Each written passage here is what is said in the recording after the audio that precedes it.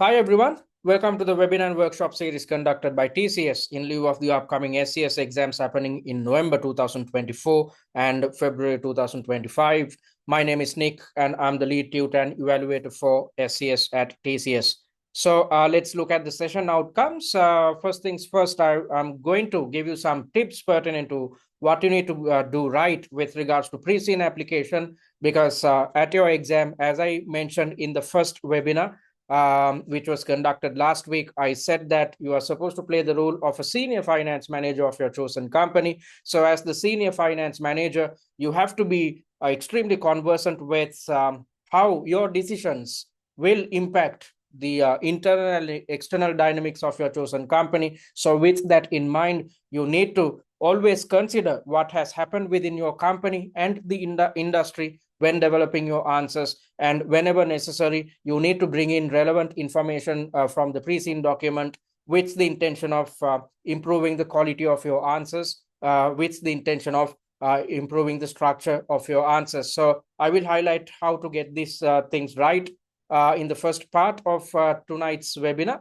And in the second part, I will be conducting an industry analysis, mainly focusing on how your industry works in considering the real life information. And in the third part, I will be taking you through the internal dynamics of Rotomyne, your chosen company.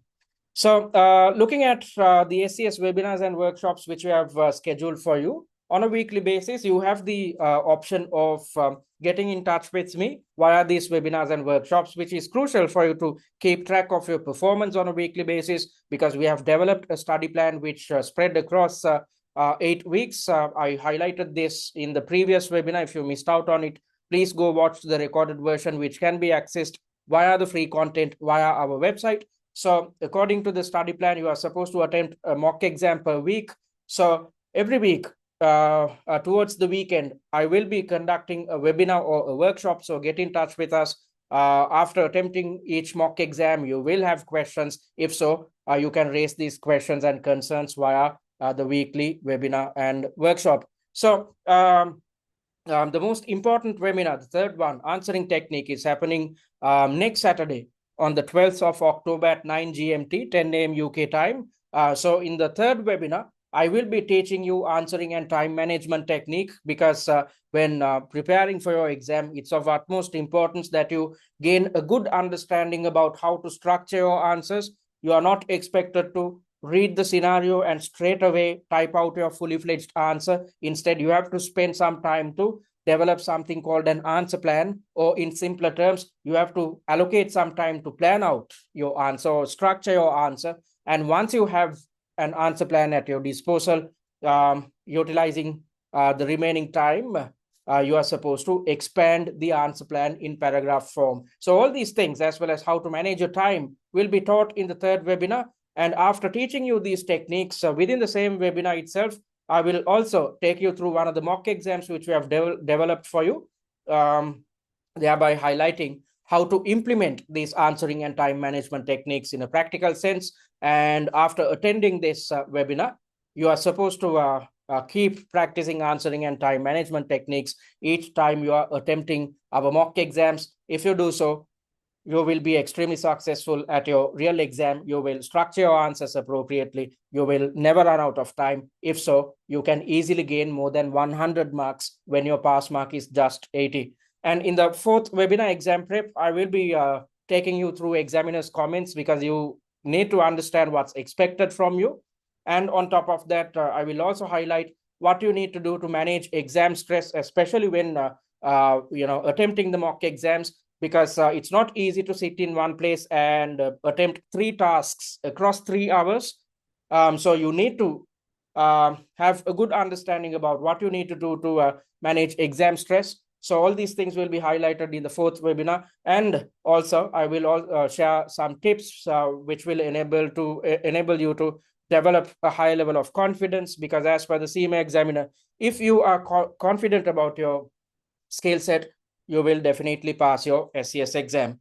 And from the 26th of October, we are conducting our workshop series. So via these workshops, we will be taking you through exam standard and Preseen specific mock questions focused on each syllabus area, E3, F3, and P3, to make sure that you gain a good understanding about how each syllabus element is tested at your exam. And at each of these webinars, I will also be conducting a Q&A. So by the time you are at the workshops, you should be done with 1 or 2 mock exams as per the study plan. So by this time, you will have a lot of questions, and I will be addressing your questions and concerns via these workshops. And the final workshop happens 1 or 2 days before your real exam. So via the final workshop, I will be sharing last-minute tips with you to make sure that you walk into your exam with a positive mindset.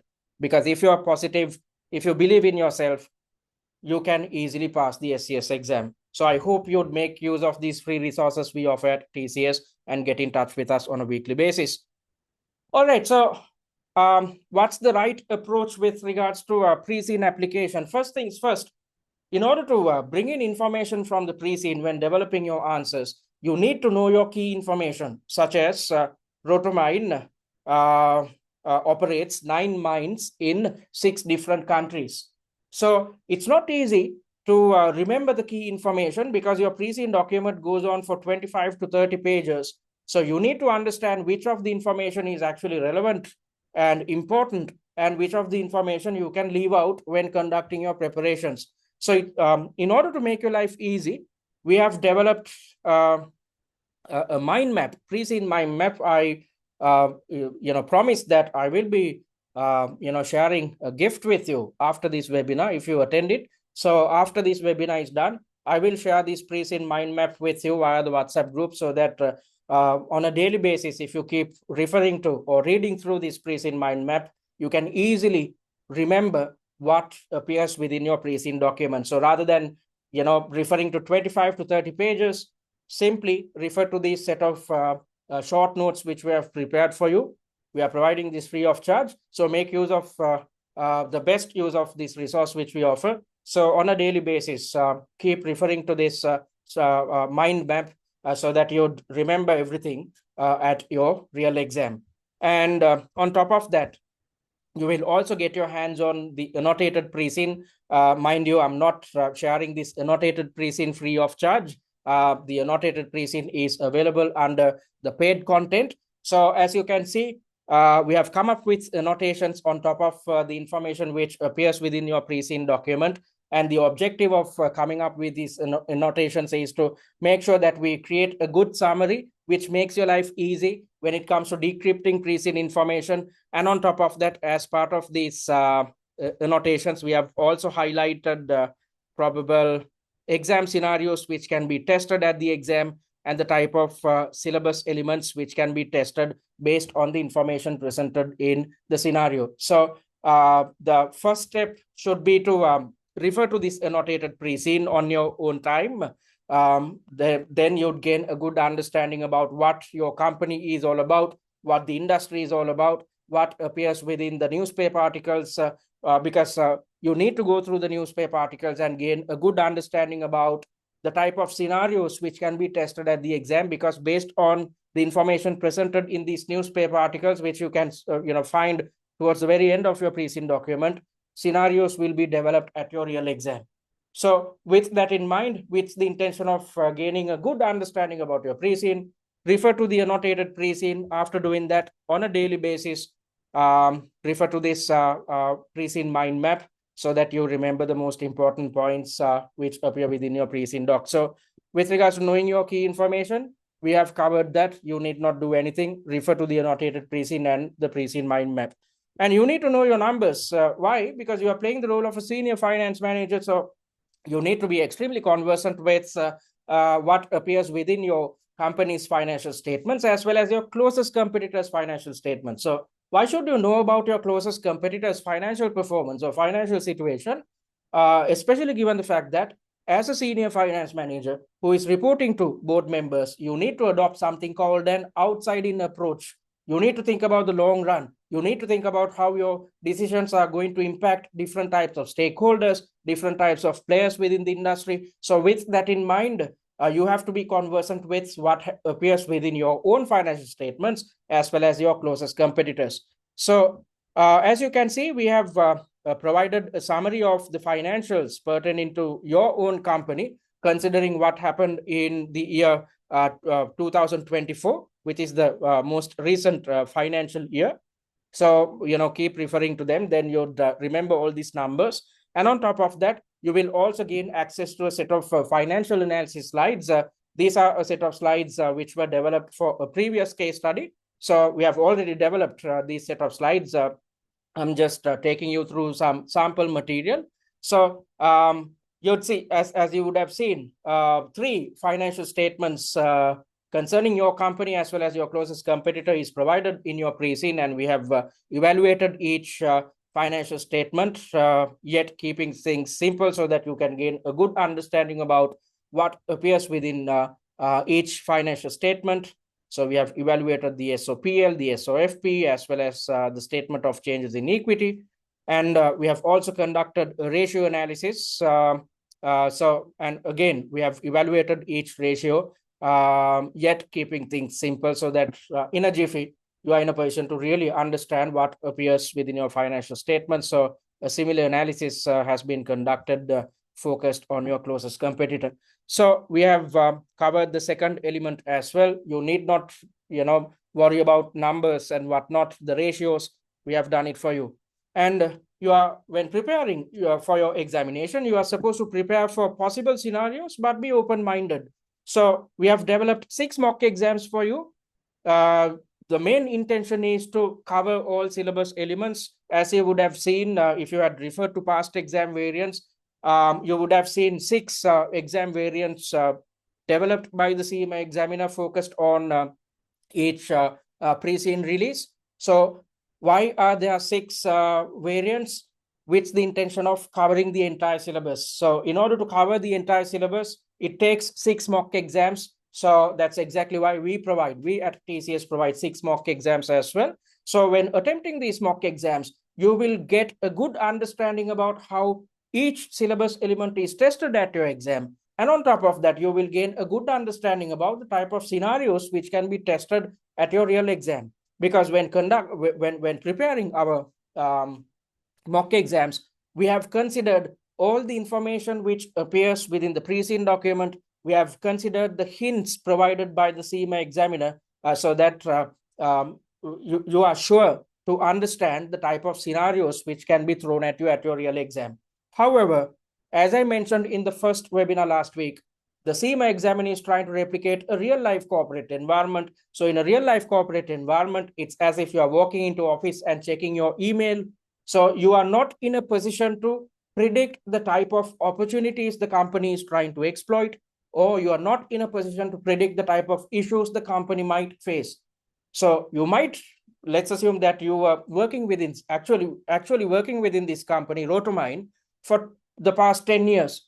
So as such an individual, you will have a good understanding about what happens within your company, what appears within the financial statements, what happens within your industry. However, let's assume all of a sudden we are faced with an issue. So however much experience you have within the company, you cannot predict the type of issues we are going to face in the future. So when attempting the mock exams, your objective should be to be conversant with how each syllabus element is tested at your exam, the type of scenarios which can be thrown at you based on Preseen information. Other than that, when attempting each mock exam and at the real exam, you need to be open-minded. You have to be ready for anything. And with that in mind, after attempting each mock exam, we want you to redevelop answer plans. You will understand what I'm talking about after attending next week's webinar, because you have to start attempting mocks next week onwards. This week is dedicated towards understanding the Preseen as per our study plan. So once you start attempting mock exams, you'd understand what I'm talking about. So when attempting each mock exam, think as if you are actually working at this company and you are the senior finance manager. As a senior finance manager, you have to consider the information presented in the scenario when developing answers. And on top of that, you need to bring in information from the Preseen as and when needed. So you have to be open-minded. you have to be ready to face any type of challenge at your real exam. You need not worry, because we have covered almost all the elements. We have definitely covered all syllabus elements, and we have almost covered all the scenarios which can be tested at your exam via our 6 mock exams. And remember that the scenario presented in the exam carries the latest information. So the Preseen document carries historical information about your company, its industry, and financial performance. And at your real exam, present information considering the real life dynamics will be tested at your real examination. So that's exactly why you have to be open-minded, especially when attempting the mock exams and when attempting your real examination. And as I mentioned earlier, as a senior finance manager, you have to be extremely conversant with what happens within your company and its industry. So when developing answers, you can bring in information from the Preseen. For instance, if there's a question about funding options, as you know, we can opt for debt and equity. Let's assume that we are going for a major investment and we need to raise $100 million. So in order to raise $100 million as a quoted company, we have two options at our disposal. We can either go for equity, or we can go for debt, or we can go for a combination of both financing methods. So at your exam, the examiner will definitely throw you a question which tests your understanding about funding options. So when developing the answer, you need to refer to the current gearing ratio. So for instance, if you look at the current gearing ratio, it is 51%.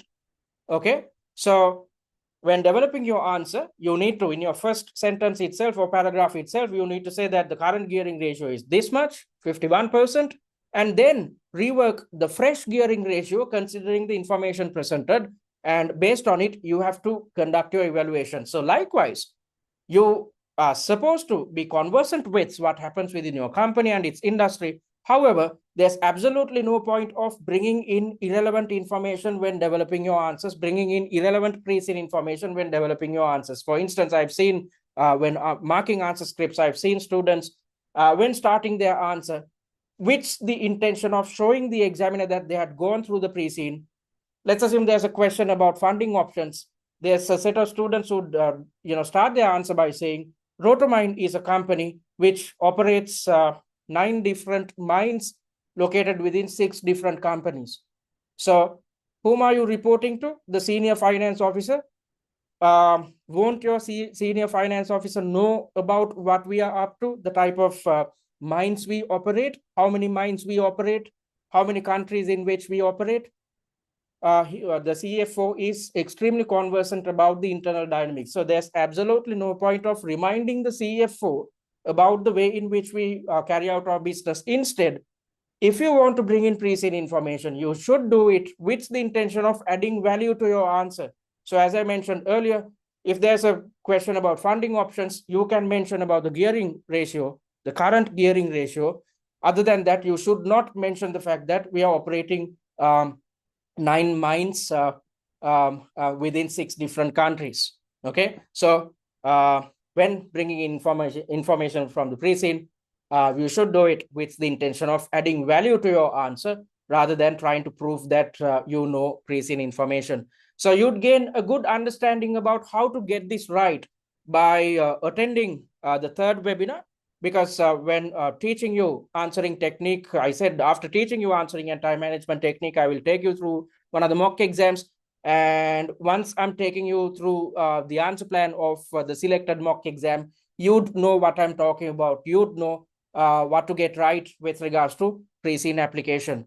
And you can also further improve your knowledge about Preseen application by referring to the suggested answers of the 6 mock exams and the answer plans which we have developed for each of these mock exams. You can further improve your application skills by watching the 15 masterclasses which we have developed for you. So with regards to Preseen application, think about adding value to your answer rather than parroting what appears within your Preseen document. And how should you approach your E3, F3, and P3 syllabi? As you know, a higher weightage is provided towards your practical application skills, practical decision-making skills. Although that is the case, in order to come up with the best type of recommendations, in order to conduct your evaluations in the most successful manner, you have to utilize your theoretical knowledge, which is covered under your E3, F3, and P3 syllabi. So you have to be conversant with all syllabus elements, because any area, any theoretical concept can be tested at your exam. That's exactly why we have developed 6 mocks to make sure that we cover the entire syllabus, so that you are not testing your luck at your real exam. And at the exam, you are supposed to interpret figures and numbers. So you're not supposed to do major calculations. You might have to rework a fresh ratio, such as rework the gearing ratio considering the information presented. Other than that, all the facts and figures will be presented to you as part of the scenario or reference material. You are not expected to do calculations, major calculations. Instead, you are supposed to interpret the facts and figures or the numbers provided to you at your real exam. And when conducting your preparations, or when trying to be conversant with each syllabus element, you are not supposed to skip any topic. That's exactly why we have made sure to cover all syllabus elements within the 6 mocks which we have developed. And do not rely on predictions. We at TCS, we do not predict anything. Instead, we are trying to make sure that you are conversant with how each syllabus area is tested. You are conversant with the type of questions or scenarios which can be thrown at you at your real exam based on pre-seen information. Other than that, we do not predict anything. Why is this the case?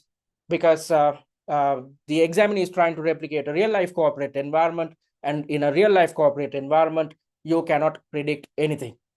All right, so that should be your study plan for E3, F3, and P3. So you need not go through your study notes and whatnot and try to learn theory within the upcoming 7 weeks.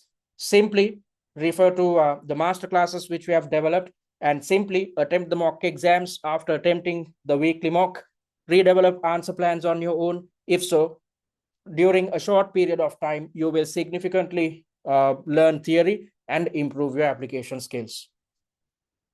All right, so having said that, let's move on to the second part of tonight's webinar, in which I'm going to take you through the conduct an industry analysis.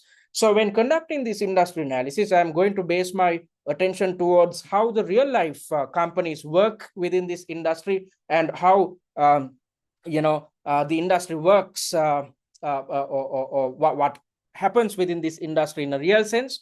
So before we move on to the information which appears within the industry analysis slides, let me quickly take you through the pre-scene, which gives us a clearer picture about what happens within your chosen industry. So I think you would have read the blog post which I shared with you in the morning, and on top of that, some of you would have gone through the pre-scene document. If so, you'd understand what I'm talking about. So this time's pre-scene is based on a company which is known as Rotomyne, which is into mining lithium. So we are operating in the lithium mining industry. So lithium is used used within different products. Lithium is used to manufacture heat-resistant glass and ceramics, different types of lubricants, metal alloys, as well as pharmaceutical products. And mostly lithium is used to manufacture batteries. And this is the major driver of demand for lithium.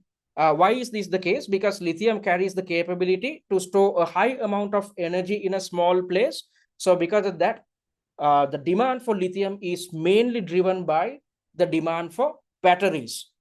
So if you look at the internal dynamics of our chosen company, you will also gain an understanding about what I'm talking about, because a major portion of our revenues are generated by selling our lithium to battery manufacturers. So what you need to understand is we are in the business of extracting lithium and processing it. We are not manufacturing batteries. Instead, we extract and process lithium and sell it to different types of manufacturers. And these manufacturers might be developing their own batteries, heat-resistant glass or ceramics, lubricants, metal alloys, and pharmaceuticals. And when looking at the extraction methods, there are 3 main extraction methods which you can see within this industry. There are hard rock mines, traditional brine mines, as well as there's a new extraction method which is known as DLE, or direct lithium extraction method. So let's try to get an understanding about what hard rock mining is all about. This is a situation where you mine lithium using the open pit method. So simply put, this is all about digging out lithium from earth. So by looking at this picture, you'd gain a better understanding of how this extraction method operates. So it's simply a matter of digging out lithium from earth using heavy equipment. So that's what hard rock mining is, and it carries a lot of adverse environmental impacts because hard rock mining leads to soil erosion. It distracts natural habitats, and it leads to water pollution. And hard rock mining carries the highest amount of carbon emissions, especially given the fact that hard rock mining relies on the use of heavy mining equipment.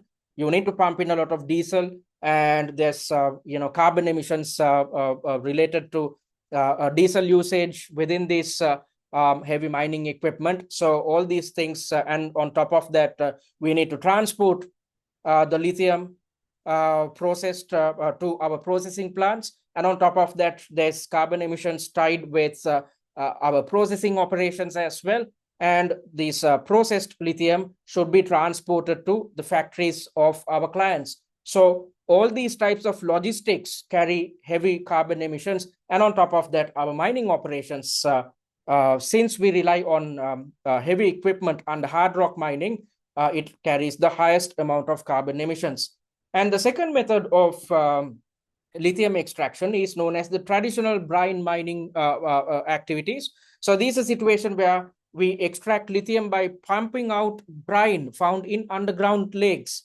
So we rely on underground salt lakes, which carries lithium deposits. So what you do is you pump out the brine or the salt, which you can find in underground lakes, and you pump it out to something called an evaporation pond, so that the water evaporates due to the heat of the sun, and what's left behind is salt, and we have to further process the salt to get our hands on the lithium needed to manufacture batteries and whatnot. So this is how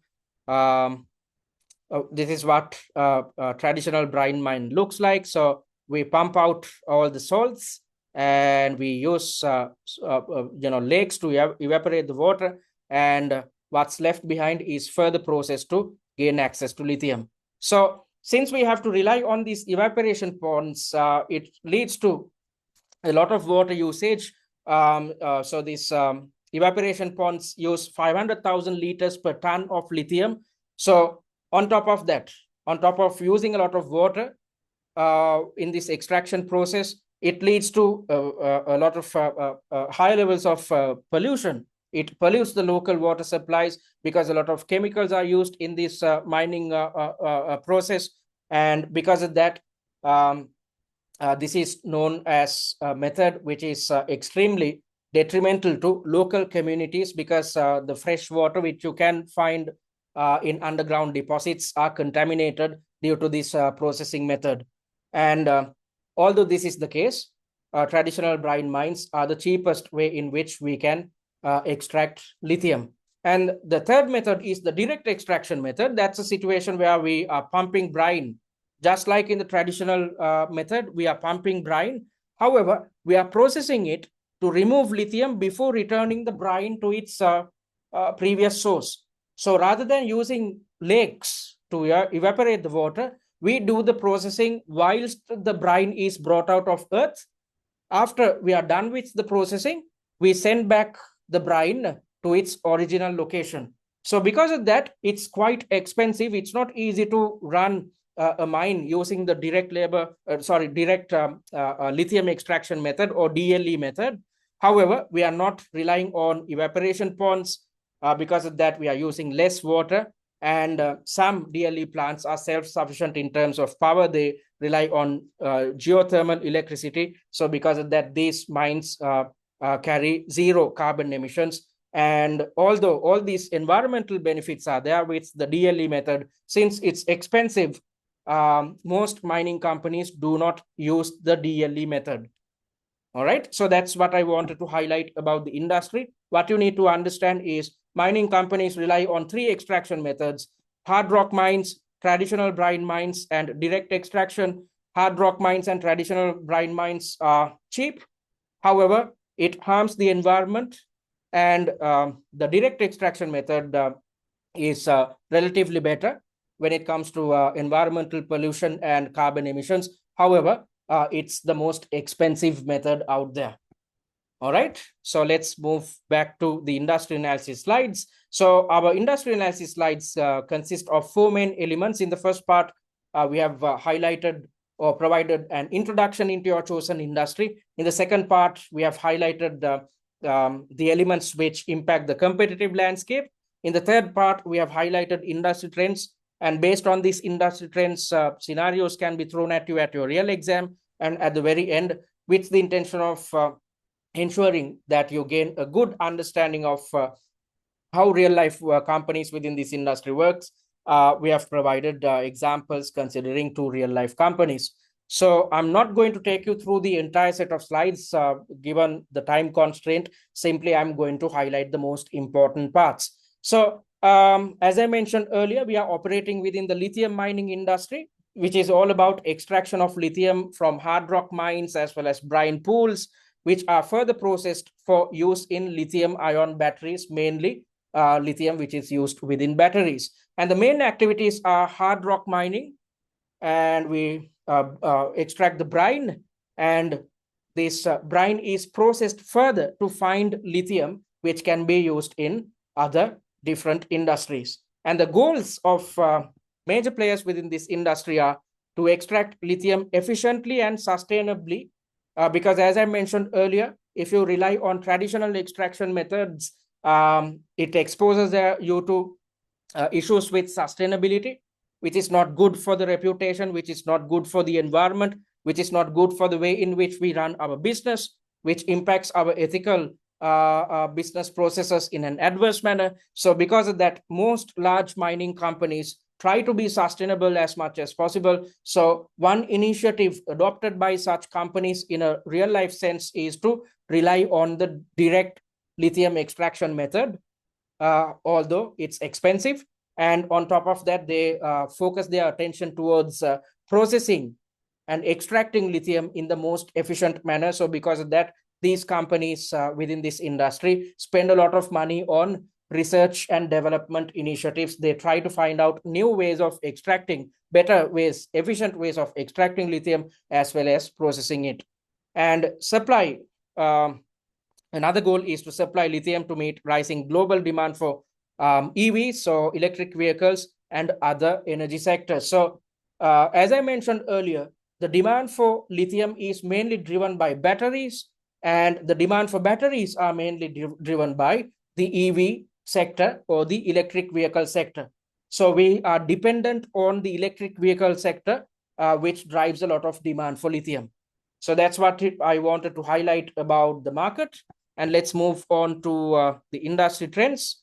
You can see a lot of technological advancements happening, especially given the fact that companies spend a lot of money on research and development. So direct lithium extraction, or the DLE method, can be seen as per what's highlighted within the Preseen, that is applicable to the real life industry as well. So if a company relies on the DLE method, it is not depending on fresh water, so it reduces water usage and increases lithium yields, because then and there, whilst you are extracting the lithium, you are trying to process it.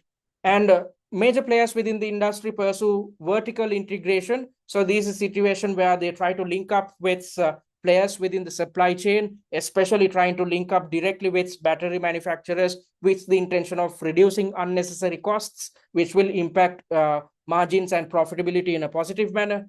And most players are focused on achieving sustainability, because this is an industry which is extremely bad for the environment. So companies are pushed to reduce environmental impact, especially in water scarce regions such as Chile. If you look at real life dynamics within this industry, lithium mining usually occurs within the South Americas as well as in Australia, and there are lithium mines or deposits in China as well. So when it comes to extracting lithium, especially in South America, such as in a country such as Chile, the brine pool method is utilized.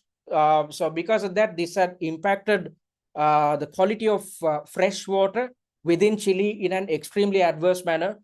People within these local communities run out of water because of mining operations which happen within this country. So because of that, the Chilean government had brought in a lot of regulation focused on these mining companies. And on top of that, when dealing with the government, mining companies are involved with a lot of lobbying, corporate political activity. And on top of that, there's a lot of unethical things going on, especially with regards to mining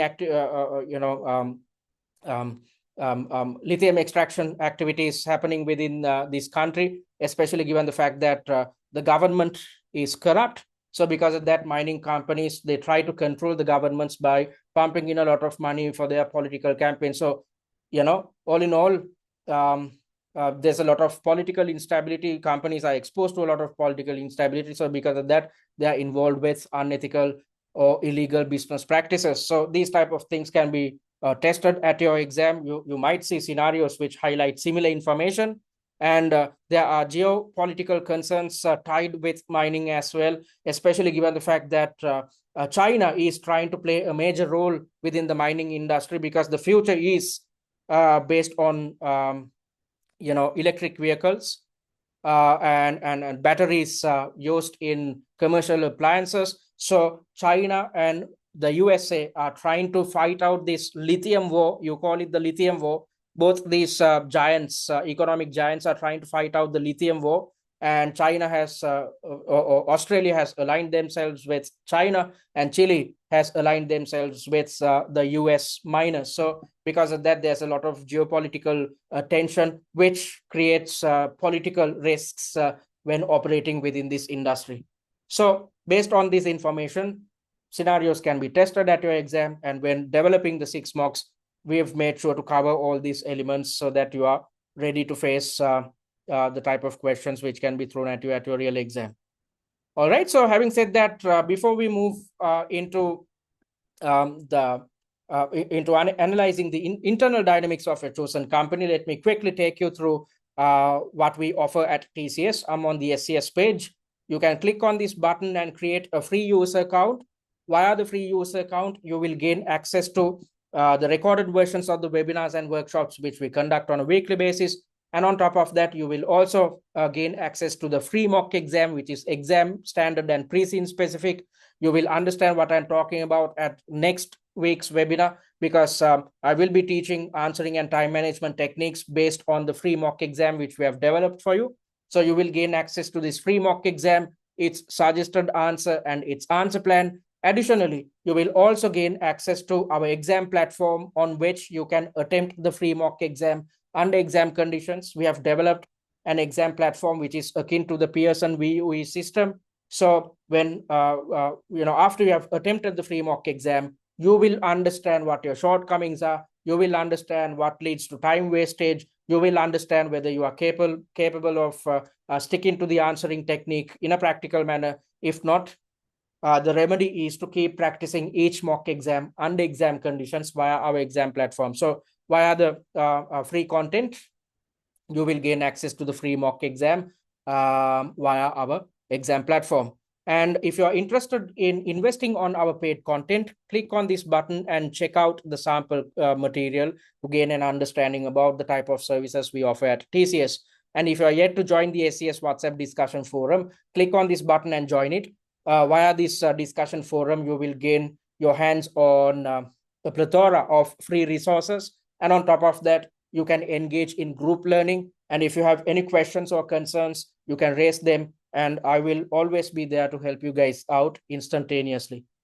And talking about the 2 packages we offer the value pack, which is designed for those who are coming through the CIMA general route. If you are coming through the general route, since you have completed your OTQs, you have already mastered theory. So when conducting your preparations focused on the SCS exam, You simply need to work on your application skills. So if you purchase the value pack, you'd gain access to the recordings of all weekly webinars and workshops which we conduct. You will gain access to 6 mock exams with suggested answers. So on top of the free mock exam, you will gain access to 5 additional mock exams. And when developing these mocks, we have made sure to cover the entire syllabus, and we have made sure to cover all the scenarios which are mentioned within the Preseen document. And you'd also gain access to something called the annotated Preseen. You saw what the annotated Preseen looks like a while back. And when taking you through the internal dynamics of your chosen company, Rotomyne, I will be using the same annotated Preseen. And you'd also gain access to industry and financial analysis slides. I showed you what these slides look like a while back. You'd also gain access to top 20 likely issue slides, which indicate the most probable syllabus elements which can be tested at your exam. You'd also gain access to a case study familiarization kit. If you read through it within 10 to 15 minutes, you'd gain a good understanding about the technicalities behind your SCS exam. You'd also gain access to a tutor-managed live chat and OTQ revision cards. So after attempting each mock exam, if you feel that you cannot remember a certain theoretical concept, or if you feel that you need to brush up your knowledge concerning a certain theoretical concept, you need not do anything else. Simply refer to our OTQ revision cards so that in a jiffy, you are in a position to brush up your knowledge about the theoretical elements which are covered within our 6 mock exams. So the value pack is priced at £299. And talking about the premium package, this is designed for students who are coming through the exemption route, as well as those who had failed the SCS exam previously. Both sets of students have the same problem. There are gaps in theory knowledge as well as application, because if you are not conversant with all syllabus elements, you cannot pass this exam. And on top of that, if you are not aware of how to work on your application skills, if you're not too certain about how to utilize your theoretical knowledge when developing answers, considering the information presented in each scenario, then you cannot pass this exam. So focused on those who are coming through the exemption route and those who had failed the SCS exam previously, we have developed the premium package, which consists of additional resources on top of what you'd get access to via the value pack. You'd also, on top of what appears within the value pack, you'd also gain access to the online mock exam platform on which you can attempt all 6 mock exams under exam conditions, which gives you the opportunity to master answering and time management technique. And on top of that, when attempting each mock exam under exam conditions, you will be exposed to exam stress. It's best that you are exposed to exam stress when conducting your preparations, when attempting your mock exams, rather than at your real exam. And in the 4th webinar, I'm going to share some tips pertaining to what you need to do to manage exam stress. And when attempting each mock exam, if you keep practicing these techniques, you will successfully manage exam stress at your real exam. If so, you will develop the best type of answers and you will never run out of time. So you can attempt all mocks under exam conditions on an exam platform, which is similar to the Pearson VUE system you'd use at your real exam. And you'd also gain access to a one-on-one tutor feedback on the last 3 mock exams. Let me quickly show you the type of feedback which we provide at TCS. As you can see, each and every paragraph has been evaluated, and the objective of providing this type of evaluations is to make sure that you understand your shortcomings, because if you understand your shortcomings, you can work towards overcoming them. If so, you will be extremely successful at your real examination. So you can see the type of feedback which we provide at TCS. And at the very end, we provide mark allocations, yes, on a subtask by subtask basis. And we have also indicated the success rate as well, which gives you an impression of the subtasks in which your performance was substandard. So after receiving tutor feedback, you are supposed to redevelop answer plans on your own. So when redeveloping answer plans, rather than focusing on the entire mock exam, you are simply supposed to focus on the subtasks which are highlighted in yellow. This is the best type of revision you can conduct. If you do so, you are primarily focusing your attention towards overcoming your issues rather than trying to redevelop answer plans focused on subtasks where you have done a good job. So, and at the very end, we have provided general comments as well to make sure that you get a good understanding about what you need to do and the type of pitfalls you need to avoid when conducting your preparations. So that's the type of tutor feedback which we provide at TCS, and you'd also gain access to answer plans of all 6 mock exams. Let me quickly show you what an answer plan looks like. So usually, if you had invested on study resources provided by other study providers, you would have gotten access to mock exams and suggested answers. However, we have gone a step further and we have developed something called an answer plan, which makes your life easy when it comes to understanding the logic behind each answer.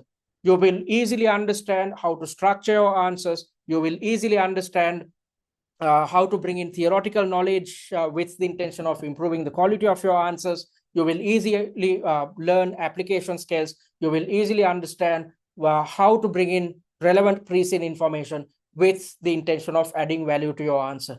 So once you have access to these answer plans, after attempting each mock exam, you are supposed to redevelop answer plans. So after redeveloping answer plans, compare your answer plans to the answer plans which we have provided to gain a good understanding about your shortcomings, and then you'd understand whether you are in a position to avoid these shortcomings when structuring your answers. Because take it from me, if you master the answering technique, if you structure your answers appropriately at your real exam, you will pass for sure, not just with 80 marks, but with more than 100 marks, because those who stick to our study plan and attempt the 6 mocks and work on the answering technique end up getting more than 100 marks easily.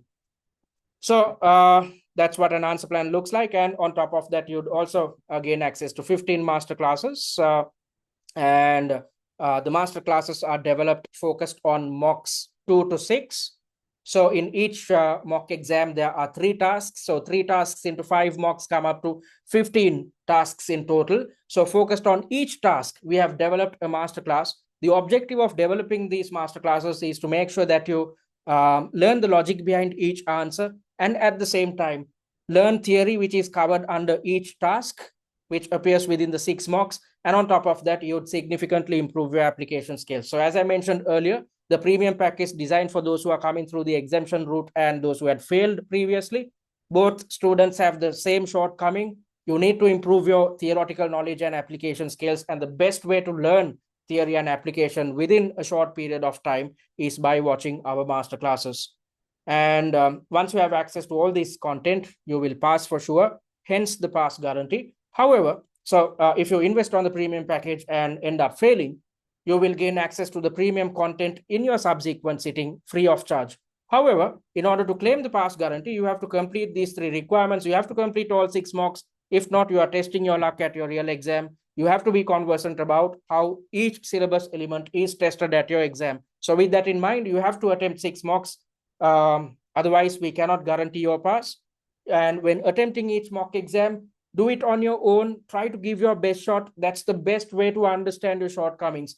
Do not cheat yourself by referring to the suggested answers, the answer plans, or by watching the master classes. Before you do so, before you go through the answers or watch the master classes, attempt the mock exam on your own. Then you will realize what your shortcomings are. If you realize your shortcomings, you can work towards overcoming them when conducting your preparations in the upcoming 7 weeks. And you are supposed to meet the performance criteria for the last 3 mock exams. You need to score 40% or higher. Why have we come up with this performance criteria? To make sure that you do a serious job when attempting the last 3 mocks, especially given the fact that you are receiving tutor feedback. So once you have completed these 3 requirements successfully, there's absolutely no way that you'd fail the SCS exam. That's why we are providing a pass guarantee for the premium package. So the premium package is priced at £899, which can be paid in 2 monthly installments of £449 each. Or if you opt to pay in full, you can save £100. If so, the price of the package is just £799. And you can directly purchase via our website. And all products are available until the 28th of February 2025. So if you are planning to sit for the SCS exams happening in Feb, invest on your preferred package right now and start your preparations so that you'd have a head start and you can conduct your preparations in a stress-free environment. And let me quickly give you a glimpse into our SCS study plan, which can be accessed via the website itself. So we are in week number 2, and the weekly study hours which you need to allocate is 8 hours. And within this week, you are supposed to master the Preseen document. So you are supposed to watch the Preseen analysis videos, 3 videos in total. As I mentioned in the first webinar, your Preseen is divided into 3 main parts. In the first part, the examiner gives you an indication about the industry dynamics. In the second part, the examiner highlights the internal dynamics of your chosen company. And in the third part, the examiner gives you information pertaining to the financial performance of your company and its closest competitor. So focused on these 3 elements, we have developed 3 Preseen analysis videos. After watching these 3 Preseen analysis videos, you'd gain an in-depth understanding about your industry, your company, and its financial standing. Then you are supposed to refer to the annotated Preseen on your own, thereby, solidifying your knowledge, which you have gained by watching the Preseen analysis videos.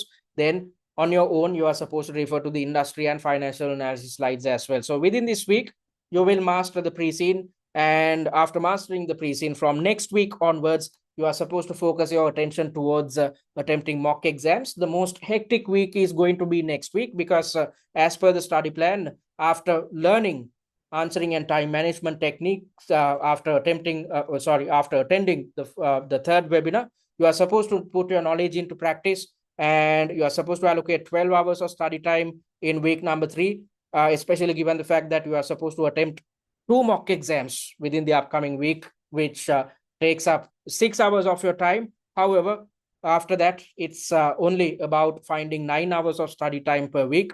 I explained how to utilize this time in the most efficient and stress-free manner in the first webinar. So if you missed out on the first webinar, please go watch the recorded version, which can be accessed via the free content via our student dashboard.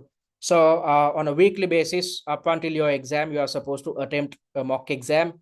And a week before the exam, you are supposed to start relaxing. You have to stop all your mock attempts, redeveloping answer plans, and watching the master classes by week number 7, because by week 7 you should be done with all 6 mock exams if you stick to our study plan. And when all the other students are scrambling for time, you are relaxing. You are simply supposed to refer to the answer plans of the 6 mocks and reread the annotated Preseen. So take it from me, if you stick to this study plan and attempt a mock exam per week, simply by allocating 9 hours of study time, you can easily gain more than 100 marks. That's exactly what our previous students had achieved. So you stand a chance of achieving it simply by sticking to our study plan. All right, so having said that, let's move on to the Preseen analysis. As part of this Preseen analysis, I've taken you through the most important elements pertaining to the industry. Now I'm going to direct your attention towards what happens within your chosen company, Rotomyne. So Rotomyne, as you know, is into lithium mining, and we are based in Poland, which is a well-developed country, and our currency is the P dollar, and we are headquartered in the capital city. And although we are headquartered in the capital city, our mines are located elsewhere. Why is this the case? Because lithium deposits cannot be found across the world. It's restricted to limited geographical locations. So our mines are located, in different countries. However, our head office is located within the capital city, which is Poland, capital city of Poland.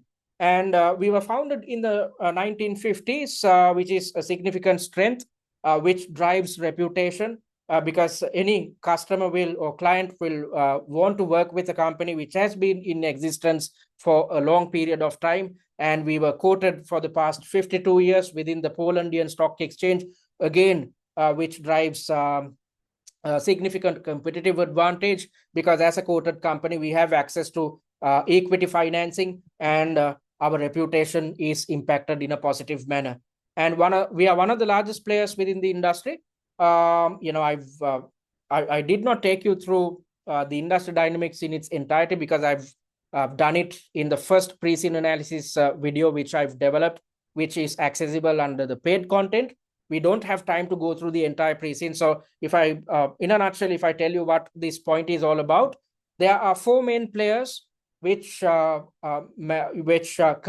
50% of revenues generated within this industry. So out of these four main players, we are one. So we are one of the largest players within this industry, again, which drives a significant competitive edge and which impacts our reputation in a positive manner. And looking at our reputation, we have built our reputation, which is based on innovation. So what type of innovation am I talking about? We are focused on finding rapid and reliable extraction methods as well as delivery methods, because if we are efficient when it comes to extraction, if we are efficient when it comes to processing, if we are efficient when it comes to transportation, then we are in a position to generate value to our clients and at the same time be benefited by reduced costs, which will impact our profitability in a positive manner. And on top of that, we own and operate 6 hard rock mines and 3 traditional brine mines. So as I mentioned earlier, there are 3 extraction methods which you can see within the industry. However, we do not rely on the third extraction method or the DLE method. Instead, we are relying on the 2 traditional methods. Therefore, we are operating 6 hard rock mines. Out of the 9 mines we operate, 6 are hard rock mines and the other 3 are traditional brine mines. And our mines are located in 6 different countries. And looking at these countries, 7 of our mines are located within well-developed countries, which is good for us, because when there is economic stability, when there is political stability, it leads to economic stability. Economic stability leads to the stability in the way in which this industry is regulated. So it's easy to operate in a well-developed country as opposed to operating in underdeveloped countries. So 2 of our mines are located in high-risk countries or underdeveloped countries. So there's a lot of political instability within these countries, which creates economic instabilities, and this impacts the legal situation in a negative manner, because each time a new government comes into power, the regulations will keep changing. So we are faced with a lot of risks or uncertainties when dealing within these 2 countries. So definitely your knowledge pertaining to political risk, how to manage political risk, how to manage economic risk, how to manage legal risk will be tested at your exam. And looking at recent operations, we acquired a mine way back in 2004. Why haven't we found a mine, in the recent past, especially given the fact that promising sites are not available? Again, I've highlighted these elements in the first Preseen analysis video, which can be accessed via the paid content. As per the newspaper articles which appear at the very end of your Preseen document, it mentions the fact that although lithium can be found, in order to justify the costs involved with mining and processing initiatives, we need to gain access to significant sites which carry a significant amount of lithium. And on top of that, we have to ensure the safety tied with lithium extraction as well as processing as well. So because of that, it's not easy to find new lithium mines or new lithium deposits. So that's exactly why you can see that we acquired the latest mine in the year 2004, and the examiner tells us that it's unlikely that we will acquire new mines. So this indicates that such a scenario will not be tested at your exam. And on top of that, there's few promising sites available, and it's hard to get government approval, given the fact that our mining operations, as well as if you look at this industry in its entirety, mining is hazardous for the environment. It carries a lot of carbon emissions. It uses up a lot of water. So because of these things, because of these issues, most governments do not give approval easily. And we have our own research and training facility. As I mentioned earlier, since inception, we have been innovating. So this innovative spirit can be seen within this company, if you go through the values or the value system adopted by our company, one of the values is based on carrying out or investing on continuous innovation. So in order to continually innovate, we are spending a lot of money on research, and within this same facility, we conduct training initiatives as well. So our research and training facility is used to develop new ways to use lithium in industrial settings. So rather than only focusing on conducting extraction methods in the most efficient manner, we are also spending a considerable amount of money to identify new ways in which lithium can be used. Why is this the case? Because if we find new ways of lithium usage, we can share such information with our clients, which will drive demand for lithium. So let's assume we find a better battery technology. After finding a better battery technology, we can share this knowledge with our car manufacturing clients. And because of the car manufacturing clients, trying to acquire or manufacture more batteries, they will keep on acquiring more and more lithium from us. So with the intention of creating demand for lithium, we are involved with trying to figure out how lithium can be used in various different industrial settings. So that's one element we try to get right when it comes to conducting our research initiatives. And we also spend money on trying to identify new extraction and conversion techniques, because as I mentioned earlier, I highlighted this within the industry analysis slides as well. If most companies out there within this industry are trying to find new ways of extraction with the intention of reducing costs involved with extraction, they try to reduce costs tied with processing. And on top of that, players within this industry want to innovate with the intention of reducing their carbon footprint, thereby becoming sustainable as much as possible. And our research and training facility is linked with a leading university within Poland, which paves way for academics to use our facility, which is good for us, because in the past, it had benefited Rotomyne because we have found new ways in which lithium can be used in a commercial setting, which we can share. Such information, as I mentioned earlier, can be shared with our clients, which will drive the demand for lithium. And we collaborate with customers on research and development. That's exactly what I mentioned a while back, because if we share our knowledge with customers, we are in a position to increase our supply of lithium to our customers. And we provide training on safe handling and management of lithium via our training facility. So focused on our own chemists and engineers, we conduct our training initiatives. And on top of that, we also extend our services to university academic staff as well as university students. This is extremely beneficial for us when it comes to recruiting new scientists, recruiting new engineers, because since we are dealing directly with academic staff, university academic staff and students, it's easy for us to recruit best and new talent within our company. And on top of that, since we had opened doors to local academics, it will benefit us in relation to the way in which we innovate, because as per our value system, as per our mission, as well as our vision, we are hell-bent on innovation. So the best way to innovate is by sharing our knowledge and making sure that we benefit from knowledge gained via the local universities. So that's how our research and training facility operates. And looking at manufacturing operations, manufacturing happens at processing plants adjacent to mines. So as I mentioned earlier, we are operating 9 different mines, and adjacent to these mines, we have our own processing plants. That's the type of manufacturing which is mentioned within this Preseen document. So as I mentioned earlier, you need to extract the lithium. However, in order to be in a position to sell the lithium to the clients, we have to process the brine which is extracted. So this processing happens within manufacturing facilities which are located within close vicinity to each of our mines. And these mines are highly automated, which reduces the need to expose workers to dust and fumes. So this indicates that we look after our employees and such information appears within our value system or our value statement as well.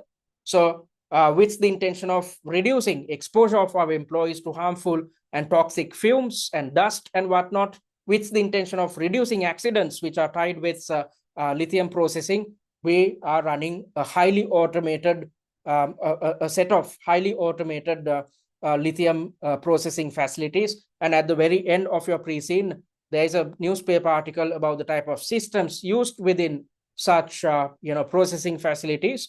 And I've also mentioned the type of benefits at our disposal when using such technology, and at the same time, our risk exposure. So what you need to understand is operations within these manufacturing facilities are handled by the head office in a remote manner, utilizing different software and hardware. So we are carrying out these manufacturing operations from our head office, although the mines are located across the world, although the manufacturing facilities are built adjacent to these mines. So all processing operations are carried out remotely using different software by our head office. So our head office tracks inventory management as well as shipments, because as I mentioned earlier, there's a lot of logistics happening within this industry. So managing logistics as well as managing our inventories are carried out by our head office, and shipments carry different lead times, especially given the fact that we are shipping to 90 different countries. So let's assume we are operating within a certain geographical location. We have our mine and processing facility. Let's assume we are operating in Chile. So if we are supplying lithium to a car manufacturer which is based in Chile, the transportation costs will be extremely low as opposed to supplying to a car manufacturer which is based in the USA. So that's exactly why we are exposed to varying lead times, because simply given the fact that we are shipping to 90 different countries. So you can understand that we are a global company.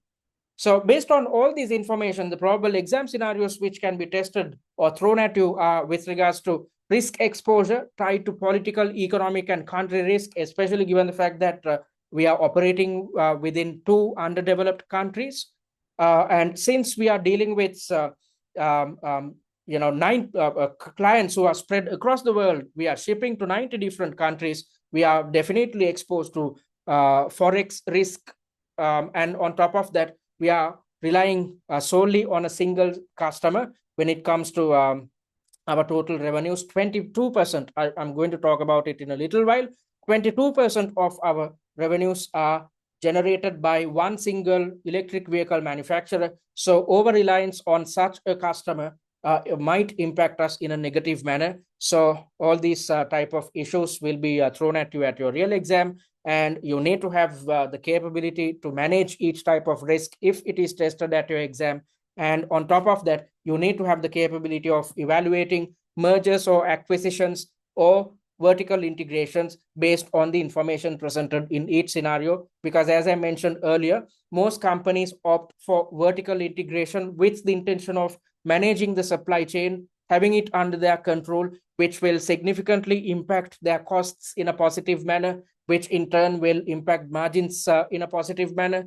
So with the intention of managing affairs and managing their costs, companies go for vertical integration. So when you opt for vertical integration, your company might have to merge with another player within the industry or might have to acquire another player. So tied to these type of scenarios, information will be presented in at your exam. And when developing our mock exams, we have made sure to cover these elements as part of the scenarios highlighted within the mocks.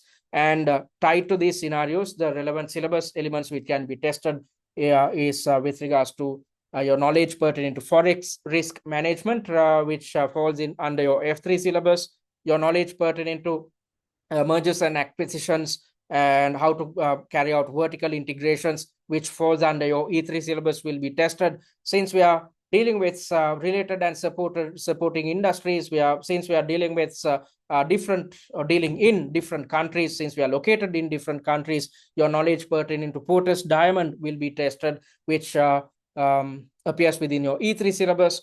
and sustainability and ethics of running this type of business, of operating within this type of an industry will be tested, and your knowledge pertinent to competitor analysis will definitely be tested, especially if there's a scenario where the examiner is testing your knowledge based on the company trying to pursue an acquisition, a merger, or a vertical integration. So when doing so, we have to analyze our competitors, we have to value our competitors. So your knowledge pertinent to business valuations, competitor analysis will definitely be tested at your exam. You need not worry, we have covered all these elements within our mock exams. So let's look at our sales performance. So looking at the revenue split, the majority of our revenues are generated by supplying battery grade lithium to mainly to manufacturers of batteries, and we also supply non-battery grade lithium, which results in 26% of our revenues. We also supply to different pharmaceuticals and tire manufacturers. So we supply beauty lithium, which amounts to 23% of our total revenue, and we also sell lithium metal, thereby generating 6% of our total revenues. And as I mentioned earlier, we rely on a major vehicle manufacturer, which results in, or which contributes towards 22% of our total revenues. And we are shipping to 90 countries, as mentioned earlier, which exposes us to Forex risk. And this Forex risk is managed by our Treasury Department at head office. You can gain a better understanding about the way in which we try to manage this Forex risk by referring to the risk report, which can be found before the financial statements within your Preseen document. All right, then I'm not going to take you through the vision, mission, and values. Instead, I'm going to direct your attention towards the board members. As a senior finance manager, you have to be conversant with how to manage affairs within this company. You have to be conversant with the combined code of corporate governance. So with that in mind, you have to understand what our board is and the type of activities they carry out. So by looking at the information presented in the Preseen with regards to the board of directors, the board members appear to be skilled, educated, and experienced, which is good for us with regards to corporate governance. And these individuals have appropriate industry knowledge because they have operated within the mining industry and related industries, which is good for us. And they have experience within Rotomyne because all our executive and non-executive directors had worked within the company for a certain period of time. So this indicates that they are extremely conversant with the internal dynamics of our company, which impacts corporate governance in a positive manner. And looking at their backgrounds or expertise, they are well versed in various different industries. So there's an individual who is conversant with law. So this is good for us, especially when dealing within a heavily regulated industry, when dealing with mines spread across the world, especially when dealing with the mines which are located in the two underdeveloped countries. So it's good to have someone who comes from a legal background. And there's another individual who comes from chemical manufacturing. We utilize a lot of chemical, both in extracting lithium as well as processing lithium. So again, that's good for us. We are conducting our own research and development initiative. So it's good to have someone who has the capability to provide strategic leadership for focused on our R&D work. So we have one such individual. There's another individual who comes from HR background, a finance background, and there's another individual who is well versed with marketing and sales. And looking at our non-execs, one individual comes from a political background who is extremely conversant with the way in which local and international legislation works. So this is extremely good for us, especially given the fact that we are exposed to political and legal risks when operating two mines in two underdeveloped countries. And there's another individual who is conversant with achieving quality and addressing health and safety needs. And some of our board members has held academic posts, which is good for us, especially given the fact that via the research and training facility, we are getting in touch with different types of academics as well as university students. So as I mentioned earlier, having academics within the board will impact us with regards to carrying out succession planning initiatives within our organization.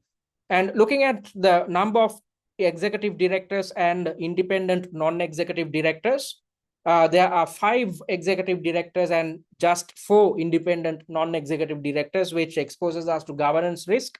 So as you know, as per corporate governance guidance, it's best that there is a good balance between executive directors and independent non-executive directors, but you cannot see it within our organization. Why should there be a good balance between executives and non-execs? With the intention of ensuring that shareholder needs are represented in an equal manner within the board. So the executive directors are there to run the business on a daily basis, and the non-executive directors are there to provide independent support to board members, thereby sharing their knowledge and expertise. And on top of that, the main objective of having non-executives or independent non-executive directors is to make sure that there are a set of individuals who are there to represent the shareholders, because the shareholders are actually the owners of the company. Although the shareholders are the owners, they cannot be involved with the daily running of the company. Instead, it's best that there's someone to represent them within the board. If not, the executive directors can do whatever they want, utilizing the money generated by selling shares to the shareholders. So with that in mind, with the intention of ensuring that shareholders are represented in an appropriate manner, as per corporate governance guidance, there should be a good balance between execs and non-execs, but you cannot see it within our company. And although that is the case, as I mentioned earlier, some board members has held academic posts, which is good for training, R&D, and recruitment initiatives. So in an overall sense, looking at the board composition, board responsibilities seem to be properly allocated, because as you can see in here, there are several different board members. The chief executive officer provides leadership to the board, and there's a production director, HR director, CFO, and a marketing director. So based on it, I've highlighted the type of probable exam scenarios which can be tested at the exam. I'm not going to explain all these things because I've already done it within the second Preseen analysis video, which can be found via the paid content. So board responsibilities are properly allocated. However, it's better to appoint an executive director or a non-executive director with sustainability expertise or ESG expertise, especially given the fact that achieving sustainability is of utmost importance, since we are a polluter, since our carbon emissions are through the roof.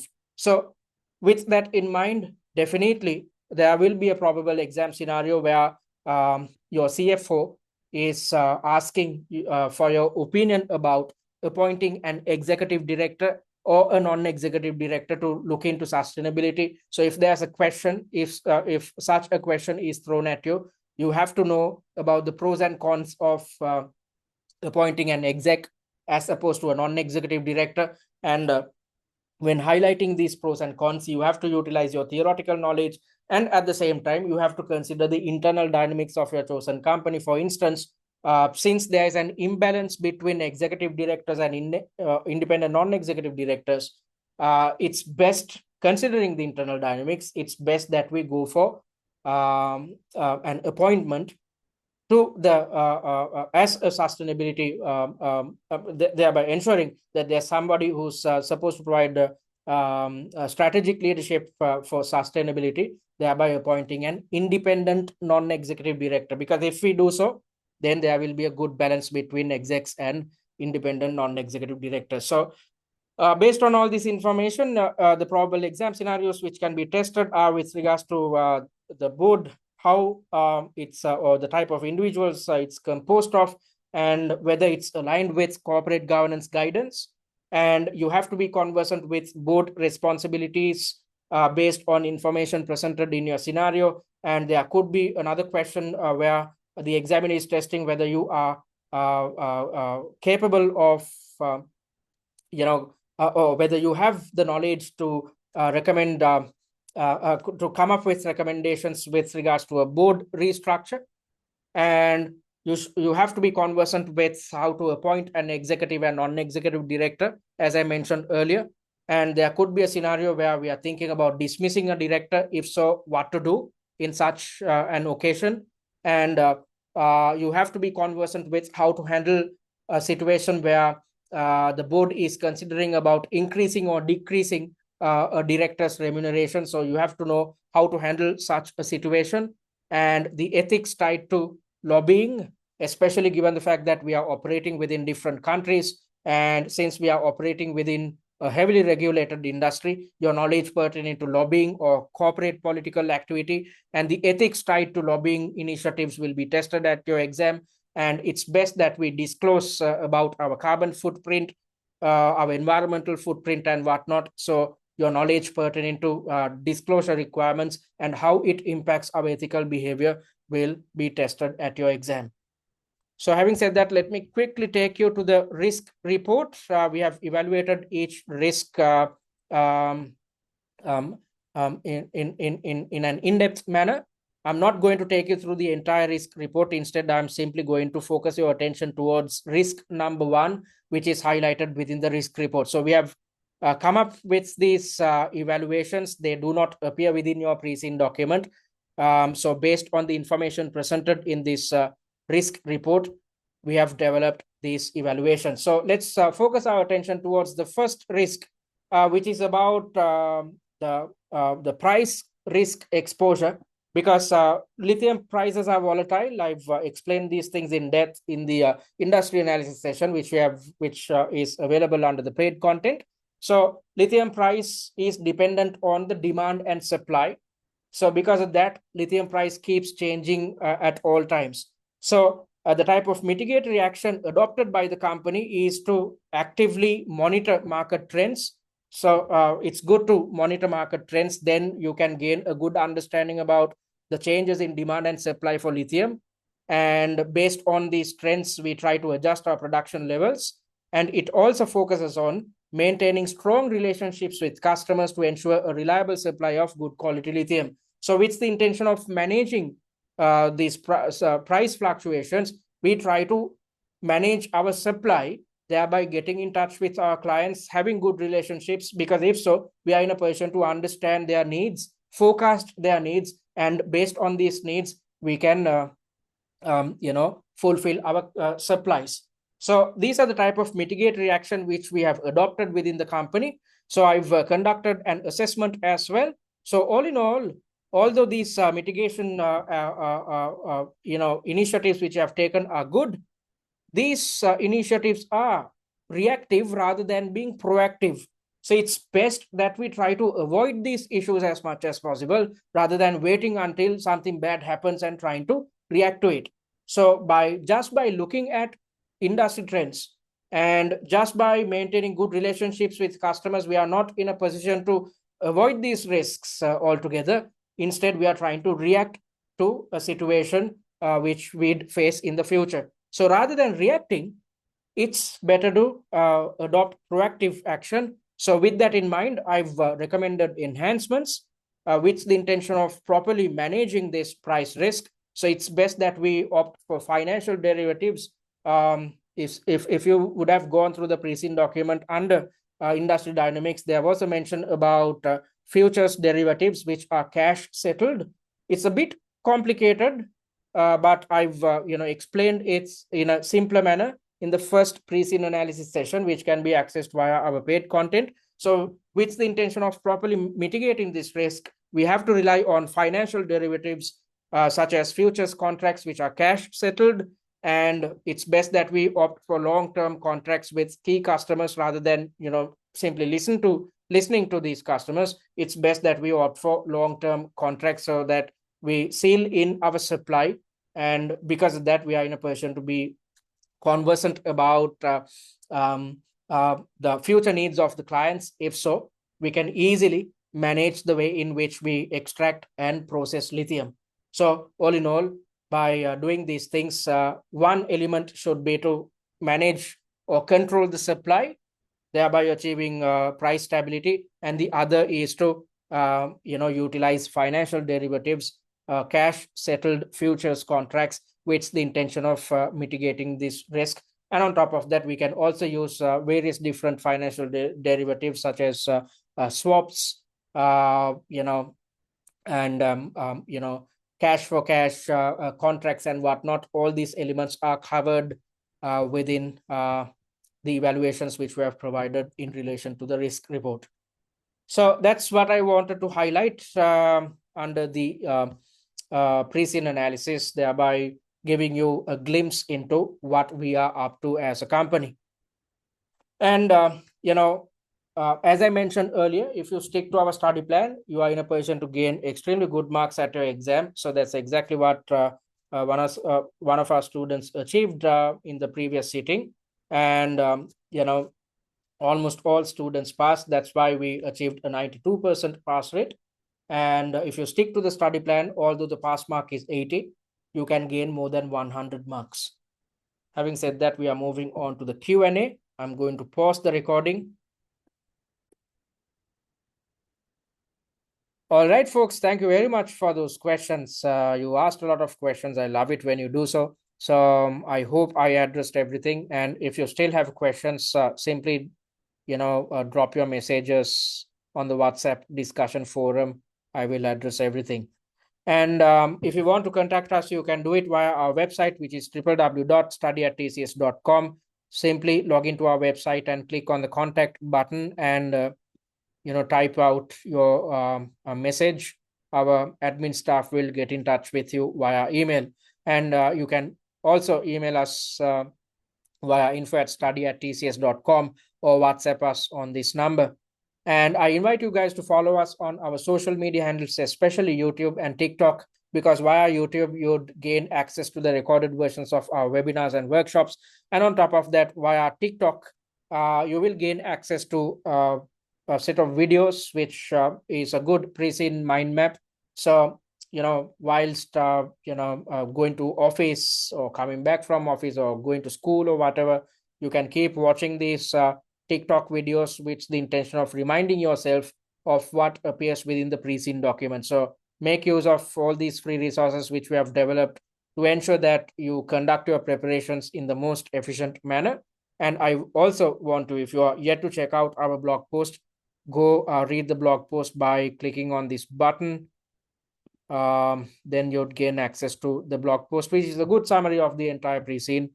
So before you go through the annotated Preseen or watch the 3 Preseen analysis videos, make sure to read through this blog post so that you gain a basic understanding about what happens within your industry and your company. So having said that, it brings us to the end of the second Preseen and second webinar rather, where I conducted a Preseen analysis. So I hope you gained a good understanding about your industry and what happens within your chosen company. In order to gain a better understanding, I invite you guys to watch the 3 Preseen analysis videos, which are available under the paid content. And I expect to see you guys next Saturday at the 3rd webinar, where I will be teaching you answering and time management techniques. And after attending, next week's webinar, you have the opportunity of attempting the free mock exam under exam conditions via our exam platform, which paves way for you to practice your answering and time management techniques.